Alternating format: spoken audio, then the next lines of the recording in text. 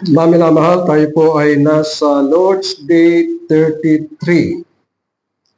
At sa Lord's Day 33 ay meron po tayong mga ilang katanungan at ganyan din mga kasagutan. At bago po tayo dumako ay nais ko pong basahin ang nasa Colosas Kapitulo 3, talatang 1 hanggang talatang 11.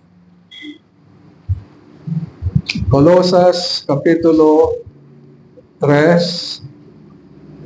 Ganito po ang siyang isinasaad. Kung kayo nga'y muling binuhay na kasama ni Kristo, ay hanapin ninyo ang mga bagay na nasa itaas na kinaroroonan ni Kristo na nakaupo sa kanan ng Diyos. Ituon ninyo ang inyong pag-iisip sa mga bagay na nasa itaas, hindi sa mga bagay na nasa ibabaw ng lupa, sapagkat kayo'y namatay na at ang inyong buhay ay natatagong kasama ni Kristo sa Diyos. Kapag si Kristo na inyong buhay ay nahayag, ay mahayag nga rin kayong kasama niya sa kaluwalhatian. Patayin ninyo ang anumang makalupa na nasa inyo, pakikiapid, karamihan, masamang pita, masasamang pagnanasa at kasakiman na ito'y pagsamba sa mga Diyos-Diyosan. Dahil sa mga bagay na ito ay dumarating ang puot ng Diyos sa mga anak ng pagsuway. Ang mga ito rin ang nilalakaran ninyo nung una nang kayo'y nabubuhay pa sa mga bagay na ito. Ngunit ngayon ay itakwil ninyo ang lahat ng mga ito, galit, puot, masasamang pag-iisip, paglalait, at maruming pananalita mula sa inyong bibig. Huwag kayong magsinungaling sa isa't isa, yamang hinubad na ninyo ang dating pagkatao, pati ang mga gawa nito. At kayo'y magbihis ng bagong pagkatao na binabago sa kaalaman ayon sa larawang ng lumalang sa Kanya. Talatang 11, dito'y wala ng Grego at Hudyo, tuli at dinuli, ng barbaro, ng Sita, ng alipin, ng malaya, kundi si Kristo ang lahat at nasa lahat. Mga minamahal, ang ating tatalakayin ngayon ay tungkol sa Lord's Day 33 ng Heidelberg Catechism. At meron po tayong ilang tanong at katulad ng tanong bilang 88, ano ang kalakip sa tunay na pagsisisi o kaya ay pagbabalik loob ng tao? Ang sagot, dalawang bagay, ang pagkamatay ng lumang pagkatao at ang pamumuhay ng bagong pagkatao. Sa tanong bilang 89, ano ang pagpatay sa lumang pagkatao?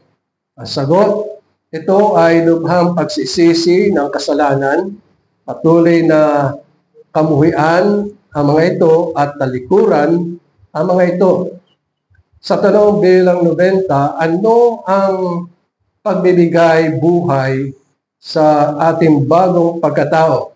Ang sagot, ito ay lubos ang kagalakan ng puso sa Diyos sa pamamagitan ni Kristo at kasiyahang tupdin o sundin ang kalooban ng Diyos para sa lahat niyang mabubuting gawa. Sa tanong bilang 91, ano ang mabubuti na kailangang gawin? Ang sagot, yung tanging bumubukal mula sa tunay na pananampalataya na naayon sa kautusan ng Diyos at ginawa ayon sa kanyang kaluwalhatian at hindi nakabatay sa mabuting naiisip o ayon sa katutubong pamayanan. So ito po ang ating tatalakayin ngayong umaga.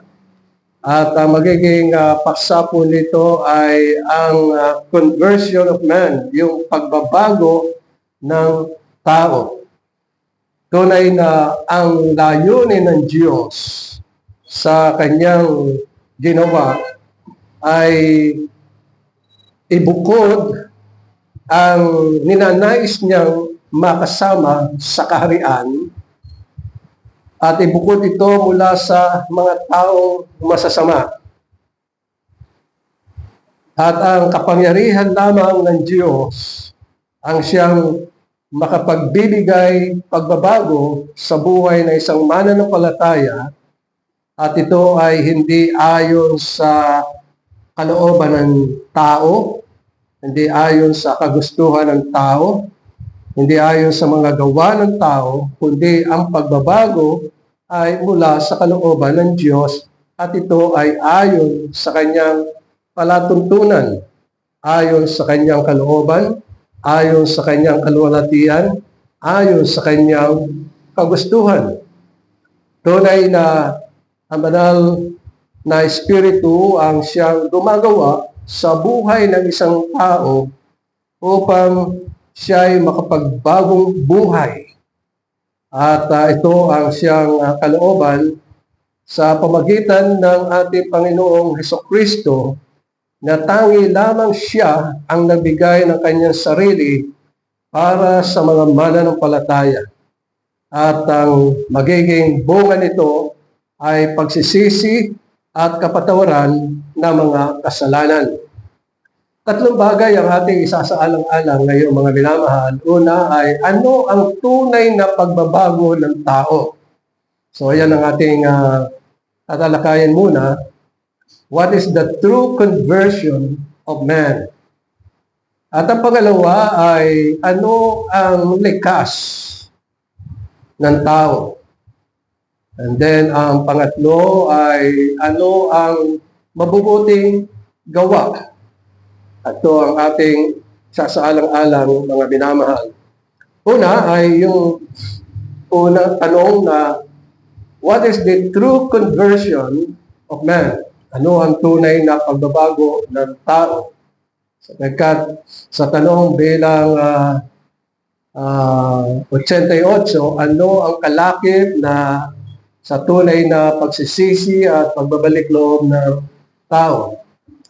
At ang sagot dito ay dalawang bagay: ang pagkamatay ng lumang pagkatao at ang pamumuhay ng bagong pagkatao. Yung pagbabago ay mula sa masasamang buhay, masasamang gawain, tungo sa bagong buhay. Ngunit, ang magiging tanong natin ay, ito ba ay kayang gawin ng tao na siya mula sa kanyang masasamang gawain ay magbago siya? Noong ako ay nag-aaral sa Bible School, ay sandali po.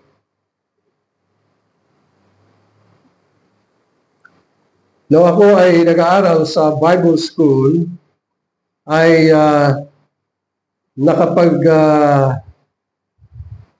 ministry kami sa mga bilanggo, at iisa lamang ang lengguwahe ng mga nasa bilanggo.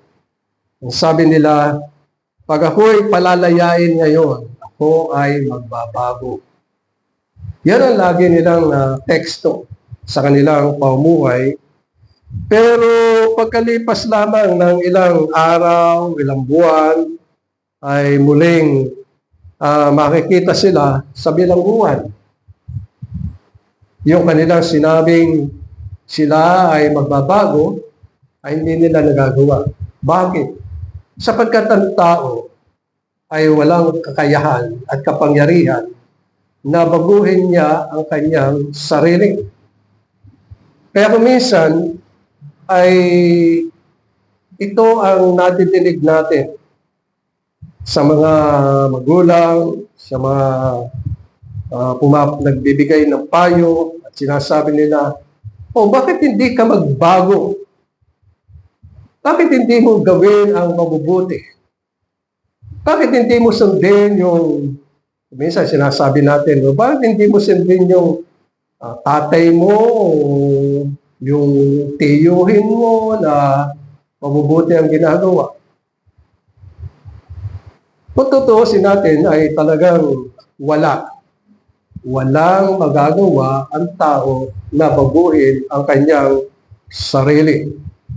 Sapagkat siya ay ipinanganak na masama at mamamatay siyang masama maliban ng Diyos ay mamagitan sa kanyang buhay. At ang pagbabago na tinutukoy dito ay pagbabago na naroon ang pagsisisi. Hindi maaaring magbago na hindi nagsisisi sa kanyang mga kasalanan. Ano ba ibig sabihin ng pagsisisi? Ibig sabihin ay tatalikuran niya ang lahat ng kanyang mga kasalanan, kamumuhian niya ang lahat ng kanyang mga ginagawa at kasalanan. Ngunit sa isang tao na makasalanan, hindi niya magagawa na talikuran ang mga bagay na ito sapagkat hindi siya mapakali nang hindi gumagawa ng masama. Para sa kanya, masaya at masarap ang gumawa ng masama. At hindi rin niya kaya na kamuhian ito sapagkat ang kanyang katawan, ang kanyang kaluluwa ay talagang gumagawa ng kasamaan. So binabanggit sa banal na kasulatan na ang Diyos lamang ang maaaring makapagbago sa buhay ng isang tao. Dito ay tinutukoy na ang tunay na conversion ay naroon ang kalakip na pagsisisi. Kaya ang pagsisisi ay pagtalikod sa kasamaan at gayon din kamuhian niya ang kasalanan at kasamaan.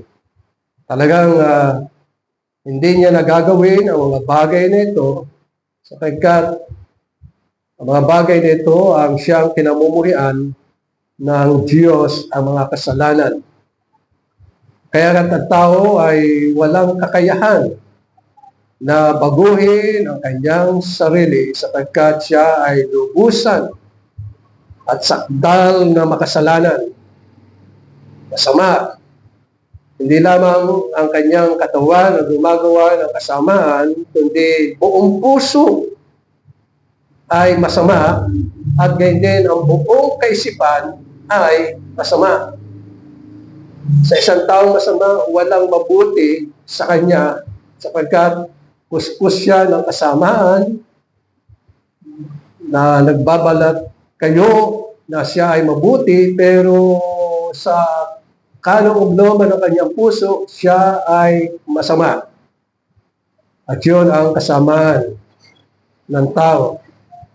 At ang nakatakda na kaparusahan sa masasama ay kamatayang walang hanggan at paghihirap sa impyerno o apoy bilang kaparusahan sa kanyang mga ginawa. Kaya't hindi niya kaya na iligtas ang kanyang sarili mula sa kahatulan. Ngunit, ang pagbabago ay tanging gawain lamang ng Diyos sa buhay ng isang tao at ito ay ayon sa kalooban ng Diyos. Ating makikita na ang Diyos ang siyang gumagawa. Ang Diyos ang siyang nahabag. Ang Diyos ang siyang naawa. Tulad ng sinasabi sa Roma Kapitulo 9, talatang 18. Na ito ay sinabi ni Pablo sa mga taga-Roma, sabi niya sa talatang 18, kaya nga siya ay may awa sa kanyang maibigan. Ang tinutukoy dito ay ang Diyos. Ang Diyos ay may awa sa kanyang maibigan o sa kanyang kagustuhan o sa kanyang kalooban. At kanyang mamatigasan o pinagmamatigas ang puso ng sinuman kanyang maibigan. So, dalawang bagay ang tinutukoy dito sa talatang ito na ibig sabihin ay ang Diyos ay nahahabag. Ang Diyos ay naawa. Ang Diyos ay umiibig. Pero ayon sa kanyang kalooban, ayon sa kanyang kapasyahan, ayon sa kanyang minarapat, ayon sa kanyang kapasyahan at ayon sa kanyang kaisipan. Ito ay ayon sa kanyang sarili. At gayon din, yung ikalawa ay siya rin ang siyang nagbibigay ng tigas ng puso upang ang tao ay huwag magbago sa kanyang sarili at ito'y ayon sa kalooban ng Diyos. Kaya nga, yung salitang pagpili, ito ay medyo hindi katanggap-tanggap sa ibang tao. Sapagkat pag sinabi mo na ang Diyos ang siyang pumili, ibig sabihin ang Diyos ang siyang may kakayahan. Yan tao, sumasalungat doon. Sabi niya, hindi. Kung gusto ko maborn again, mabuborn again ako. Ang tao walang kakayahan, walang kapangyarihan na baguhin o siya ay ipanganak sa Espiritu, kundi ito ay pagpapasya ng Panginoon. Kaya malimit nating pinag-aaralan yung nasa Efeso Kapitulo 1, talatang 4, kasi ito ang siyang kapahayagan ni Pablo sa mga taga-Efeso, na dito ay tinutukoy na ang pagpili ay mula sa Diyos at itong pagpili niya ay bago pa itinatag ang sanlibutan. Ibig sabihin, wala pa ang sanlibutan, sa kalooban ng Diyos, sa kanyang kaisipan at sa kanyang kapasyahan, ay pumili siya, di ba, ito yung karamihan ng mga tao na kanyang pinaplano, panukala na mabubuhay, pumili siya mula roon. At ang pinili niya ay ayon sa kanyang awa, ayon sa kanyang kahabagan, at ayon sa kanyang pag-ibig. Pinili niya, ibinukod na niya. Kaya nga, pag sinabing pinili, ibig sabihin ay ibinukod, there is separation. Kaya ang mga mananampalataya, talagang nakabukod siya. Hindi pwedeng makihalo sa masasama. At ang pamumuhay ng mga mananampalataya ay pamumuhay ng kabanalan at hindi kasamaan. At yun ang maliwanag na dividing line na tinutukoy sa banal na kasulatan na seed of the woman and seed of the serpent. There is a dividing line. Kaya nga't meron tinatawag na spiritual seed and then meron tinatawag na carnal seed. At yun ang inais na makita natin na kalooban ng Diyos. Kaya nga sabi dito, ayon sa pagkapili niya, pinili, binukod sa atin, sa Kanya. Ibig sabihin, ang pagpili niya ay para sa Kanya. Ibig sabihin, ito ay akin. Ito ang aking minamahal. Ito ang aking kinalulugdan. Sila'y akin. At ang aking pagkupkop sa kanila ay ayon sa Panginoong Hesukristo, sapagkat ang Panginoong Hesukristo ay pinagkaloob sa atin upang tayo'y patawarin sa ating mga kasalanan. Kaya yun ang sinasabi dito, na pagkapili niya sa atin bago itatag ang sanlibutan. So, wala pang sanlibutan. Hindi pa nagagawa niya. Wala pang lupa. At ang sabi dito, ang layunin niya ay upang tayo'y maging banal. Ibig sabihin, ang tao ay makasalanan dahilan kay Adan. At lahat ng ipinanganak ay makasalanan at ang kabayaran ng kasalanan ay kamatayan.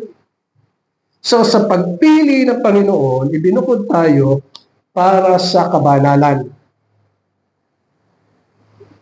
Ibinukod ang masasama. Kaya yun ang sinasabi upang tayo'y maging mga banal. So paano tayo magiging mga banal? Sa pamagitan ng Panginoong Hesukristo. Nasabi sa talatang 7, dito rin sa Efeso, na sa Kanya'y meron tayong katubusan sa pamagitan ng Kanyang dugo. So sa pagbukod ng Panginoon, ay naroroon na ipinagkaloob sa atin ang Kanyang buktong na anak upang sa pamagitan ng Kanyang dugo ay malinis ang mga ibinukod. Malinis ang Kanyang mga pinili. Sa pamagitan ng dugo ng ating Panginoon Kristo, at yung dugo ang siyang kapatawaran ng ating mga kasalanan, ayon dito sa sinabi sa talatang 7, ayon sa kayamanan ng Kanyang biyaya. So ang kaligtasan ay ayon sa biyaya ng Diyos. Siya ang mabiyaya. Kaya ang bawat mananampalataya ay naligtas sa pamagitan ng biyaya ng Diyos. Yung biyayang yun ay maaaring sabihin natin na dahilan sa siya'y naawa sa atin. Tulad na sinabi sa talatang 8 ng Roma Kapitulo 9, kaya nga siya'y may awa sa kanyang maibigan at kanyang pinagmamatigas ang puso ng sinumang kanyang maibigan. So sa kapakanan ng mga mananampalataya ay ipinatawad sa kanila ang kanilang mga kasalanan. Kaya pag tumingin ng Panginoon at siya'y magsasabi, wala akong nakikitang anumang kasalanan, wala mang akong nakikitang anumang kasama sa kanila, wala mang akong nakikitang paglabag nila sa kautusan, at hindi sila sumasalansang sa mga palatuntunan ng kanyang salita. Bakit? Sapagkat pinatawad ang kanilang mga kasalanan. Hindi na ibinibilang ng Diyos ang kasalanan na ating nagawa noon. Ito'y naparang, ito'y nalinis. May pagkakataon na makikita natin sa banal na kasulatan, ang kasalanan natin ay ibinaon sa pinakamalalim na lugar sa dagat. Ang ibig sabihin ay ang layunin ay wala nang maalala ang Diyos tungkol sa ating kasalanan. Hindi katulad ng tao. Pag tumingin ng tao, yung kasalanan yun, hindi nabubura. Parang sirang plaka. Parang, ngayon wala nang plaka eh. Parang sirang laptop. Paulit-ulit na lumalabas yung mga bagay na ayaw mo. Kaya kung minsan, nag-iingat tayo kung ano yung mga dina-download natin sa ating cellphone. Ang tawag doon ay malware. Yon ay lalabas at lalabas at lalabas, maliban lang kung ito ay i-reset mo sa factory. Reset. Mababago, magsisimula ka sa una. Pero ang Diyos, pag tumingin sa atin, dahil sa ginawa ng ating Panginoong Kristo, wala siyang naalalang kasalanan laban sa atin. Tayo ay matuwid dahil sa ating Panginoong Kristo. Wala tayong nagagawang anuman sapagkat wala na sa kanyang kaisipan yung ating mga kasalanan. Wala na. Kaya tayo ay malinis. Yun ang sinabi ng Panginoon na kaya tayo ay pinili ay sapagkat maging mga banal at walang dungis sa harapan niya sa pag-ibig. So, ang lumalaghanap at umiiral sa puso ng Diyos ay pag-ibig sa atin. Tayo'y kahit na hindi kaibig-ibig, inibig niya tayo. Walang iniwan sa sa pamumuhay ng magkasintahan at mag-asawa. Kaya kung minsan, pag tinanong, bakit mo siya inibig? Eh, gusto ko Mahal ko siya. Kahit siya ganyan, mahal. Ay, ganun din tayo. Kahit na tayo hindi kaibig-ibig, minahal tayo ng Panginoon at para maging maganda ang ating kalagayan, ibinigay niya ang kanyang buktong na anak sa atin. Kaya ito ang pamamaraan na ginawa ng Diyos. Para tayo mabago, ay kailangan na merong umako ng ating kasalanan. Yun lamang paraan. Kailangan merong umahako. Hindi naman pwede yung kahit sino. Sapagkat yung aako ng kasalanan ay makasalanan din. Pero ang Panginoon, inako niya yung ating kasalanan sapagkat wala siyang kasalanan. Pinanganak siya na walang kasalanan. At yun ang isinasaad dito, na binago tayo sa pamagitan ng paghahandog ng ating Panginoon, ng kanyang sarili doon sa Krus Kalbaryo, at dinala niya ang ating mga kasalanan, ang ating mga kaparusahan, at maging ang ating kamatayan. Dinala niya. Yung kaparusahan, siya na mismo ang umako. Kaya sabi sa Isaiah Kapitulo 52, wala tayong magkikitang magandang anyo sa Panginoon sapagkat ang kanyang sarili, katawan ay wasak na wasak dahil lang sa latigo, dahil lang sa parusa. At kahit na yung kanyang ulo, nagdudugo dahil sa koronang tinik. Kahit ang kanyang dibdib, sinibat. Kahit ng kanyang kamay, pinako, kanyang paa, pinako. Wala tayong makikita na magandang anyo sa Panginoon sa Kristo. At yung kaparusahan yun ay para sa atin. Pinako niya. Kasi yung ating isip, masasama. Kaya mayroong koronang tinik. Yung ating puso, masasama. Kaya siya ay tumanggap ng sibat sa kanyang dibdib. Bumulwak ang dugo at tubig. Yung ating mga kamay na masasama, nakapako. Pinako. Yung mga paa niya, pinako para hindi na tayo makarating kung saan masasamang lugar. Ginawa ng Panginoon niyo para sa atin, para sa ating kaligtasan. Siya ang sumagip sa atin mula sa walang hanggang kaparusahan. Kaya nang ang Panginoon ay ibinangon mula sa kamatayan, ay tayo'y kasama na ibinangon ng Panginoon. Kaya meron tayong buhay na walang hanggan. Kaya tayo ay pinanganak sa Espiritu. At wala nang kamatayan. Kasi may buhay na walang hanggan. Ito ang kaloob ng Diyos sa atin. Kaya nga, sabi sa Kolosas, kung tayo ay kasamang ibinangon ni Kristo, hanapin natin ang mga bagay na nasa itaas. Sa kinaroroonan ni Kristo, sapagkat siya ay nakaupo sa kanan ng Diyos Ama.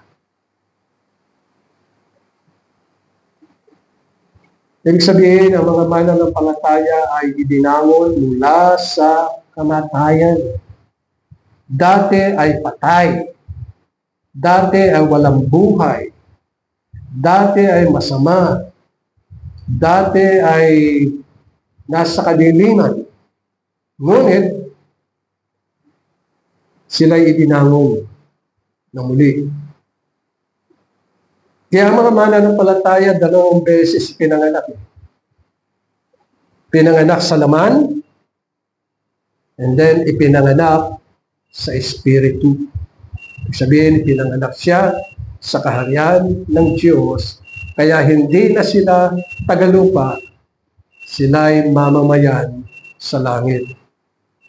Sila'y mga miyembro ng sambahayan ng Diyos, sapagkat ang kanilang magiging tahanan ay doon sa langit na hindi ginawa ng kamay ng tao, kundi ng Diyos mismo.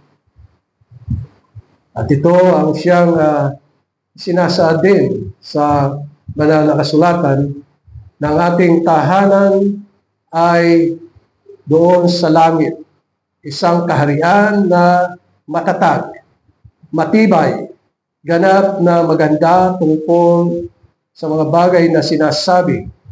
Sabi sa Revelation chapter 21 verse 3, sabi dito, at narinig ko ang isang malakas na tinig na mula sa trono na nagsasabi, masdan ninyo ang tabernakulo ng Diyos na nasa mga tao. Siya'y maninirahang kasama nila at sila'y magiging bayan niya. Ang Diyos mismo ay makakasama nila at siya'y magiging Diyos nila. Naroroon ang tipan na ang Diyos ay makakasama nila at siya'y magiging Diyos nila. At ano ang magiging karanasan na dadanasin ng mga mananampalataya pag sila ay dumating doon sa langit na itinangako ng Panginoon? Ang sabi sa talatang 4, dito rin sa Kapitulo 21 ng Apokalipsi, sabi niya, papahirin niya ang bawat luha ng kanilang mga mata at hindi na magkakaroon ng kamatayan. So wala nang kamatayan. At hindi na rin magkakaroon pa ng pagdadalamhati o kalungkutan o pagtangis man o ng kirot man, sapagkat ang mga unang bagay ay nagsilipas na. Yan ay pangako ng Panginoon. Kaya tayo, pag natinig yan, natutuwa tayo, nagagalak tayo. Yung ating puso, yung ating kaluluwa ay nakakadama ng kasiyahan, kagalakan, sapagkat ito ay pinangako ng Panginoon. Kaya sa talatang 5, sabi dito, at sinabi na nakaupo sa trono, masdan ninyo, ginagawa kong bago ang lahat ng mga bagay. Itong ating kinatatayuan, kinaupuan, nilalakaran, kinabubuhay, ito ay luma. At ano ang magiging bago? Yung inihanda ng Diyos doon sa langit. Na sinabi niya dito, masdan ninyo, ginawa kong bago ang lahat ng mga bagay. Kaya mga mananampalataya ay bago. Binago sila ng Diyos, kaya bagong nilalang. Kaya nga sabi, ang sino man na kay Kristo Jesus ay bagong nilalang, binago. May pagbabago. Pwede na niyang kamuhian ang kasalanan, pwede na niyang talikuran ang kasalanan, sapagkat ito'y hindi na kabilang sa kanyang buhay. Hindi na niya kinakailangang magkasala sa Panginoon. Bakit? Sapagkat sila'y binago. At yun ang pangako, ginawa kong bago ang lahat ng mga bagay.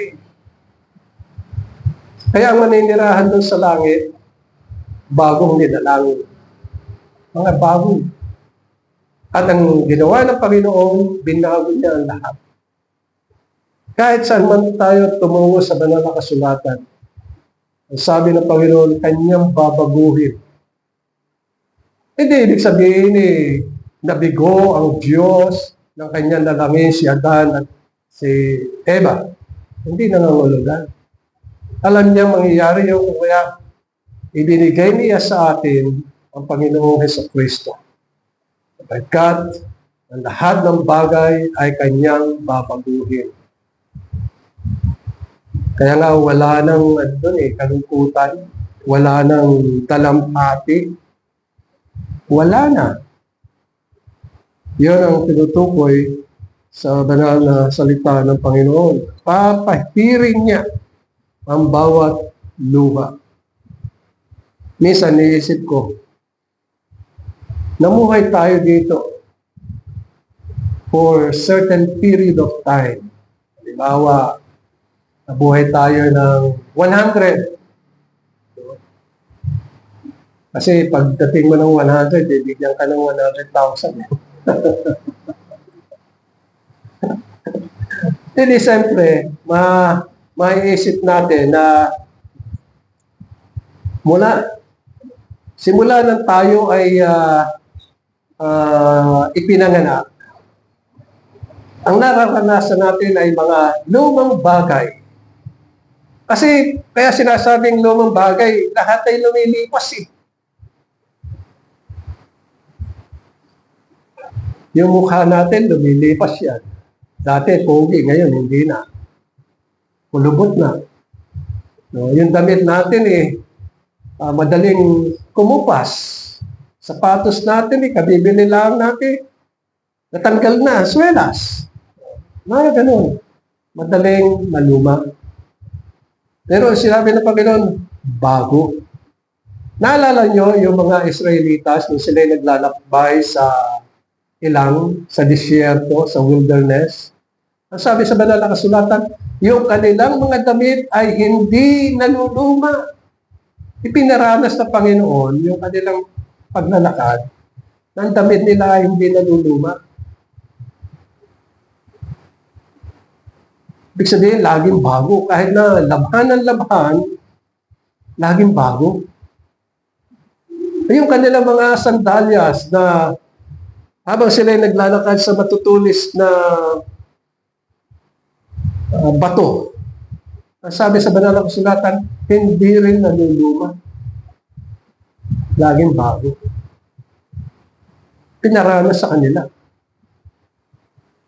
Tapos ang tubig ay bumukal mula sa bato. At ang tubig na yun ay ang Panginoong Hesukristo. Siya ang tubig ng buhay.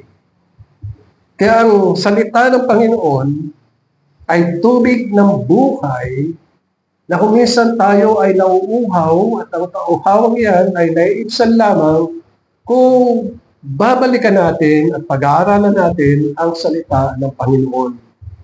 Doon may ibsan yung ating uhaw sapagkat ang salita ng Diyos ay tubig ng buhay. O kaya nga dito ay tinutukoy na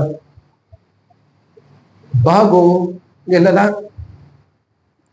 Pero meron tayong lumang pagkatao. Ito, nananatili pa rin tayo sa lumang pagkatao na binabanggit ni Pablo, pero ang pagkakabanggit niyan ay ang ating mga lumang pagkatao ay patay na. Ibig sabihin patay sa paggawa ng kasalanan. Patay sapagkat nakasalanan. Kaya sabi sa Roma, Kapitulo 6, Talata 3, hindi ba ninyo nalalaman na tayong lahat ay nangabautismuhan kay Kristo Jesus, ay nangabautismuhan tungo sa kanyang kamatayan? So sa paningin ng Diyos at maging sa ating pananampalataya, tayo ay patay na sa paggawa ng kasalanan. At sabi niya sa talatang 4, kaya tayo ay inilibing na kasama sa pamagitan ng bautismo tungo sa kamatayan, na kung papaano si Kristo ay muling nabuhay mula sa mga patay sa pamagitan ng paluwalhatian ng Ama, gayon din naman tayo ay makakalakad sa panibagong buhay. So meron tayong bagong buhay at makakalakad tayo sa panibagong buhay. At yun ang siyang sinasaad. Kaya sa buhay ng isang mananampalataya ay dalawang bagay ang nasa kanya. Ang bagong pagkatao at ang lumang pagkatao. So ano ang mensahe ni Pablo sa lumang pagkatao? Ang sabi niya sa Colosas Kapitulo 3, talata 5, patayin ninyo ang anumang makalupa na nasa inyo. So ito yung binabanggit na makalupang ugali, pamumuhay, masasamang pamumuhay. So sinabi dito sa Colosas Kapitulo 3, talata 5. Ano yun? Kailangan alam natin to. Pakikiapid, karumihan, masamang pita, masasamang pagnanasa, at kasakiman na ito'y pagsamba sa Diyos-Diyosan. Kaya nga sabi sa Colosas Kapitulo 3, talata 9, huwag kayong magsinungaling sa isa't isa. Yamang hinubad na ninyo ang dating pagkatao pati ng mga gawa nito. So nananatili pa tayo dito sa lumang pagkatao na naghihintay na babaguhin ng Panginoon. Pero habang tayo naghihintay, yung ugali at kasamaan ng lumang pagkatao ay wag na nating gagawin.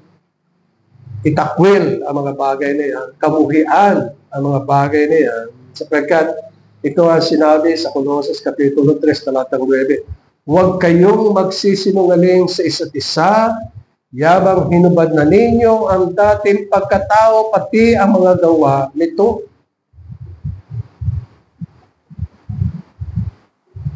Kaya meron tayong bagong pagkatao na binabanggit din dito sa Colossus Kapitulo 3, talatang 3, sapagkat kayo'y namatay na. Kasama tayong namatay. At ang inyong buhay ay natatamong kasama ni Kristo. Kaya ang pamumuhay natin ay sa Panginoon. Kaya sabi ni Pablo sa mga taga-Efeso, Kapitulo 4, talatang 24, at kayo'y magbihis ng bagong pagkatao. Ang mga mananampalataya lang ang maaaring lumakad ng may bagong pagkatao at magbihis ng bagong pagkatao. Di ba, pag sinabing magbihis, ibig sabihin parang damit. Huparin ninyo ang lumang damit. Parang ganoon. Ano yung lumang damit? Yun yung mga masasama. Yung mga kasinungalingan, yung mga pagnanasa ng mali. So yung mga binanggit dito, karumihan, masasamang pita, masasamang pagnanasa, kasakiman, mga pagsamba sa Diyos-Diyosan. Yan ang lumang damit. So anong bibihis?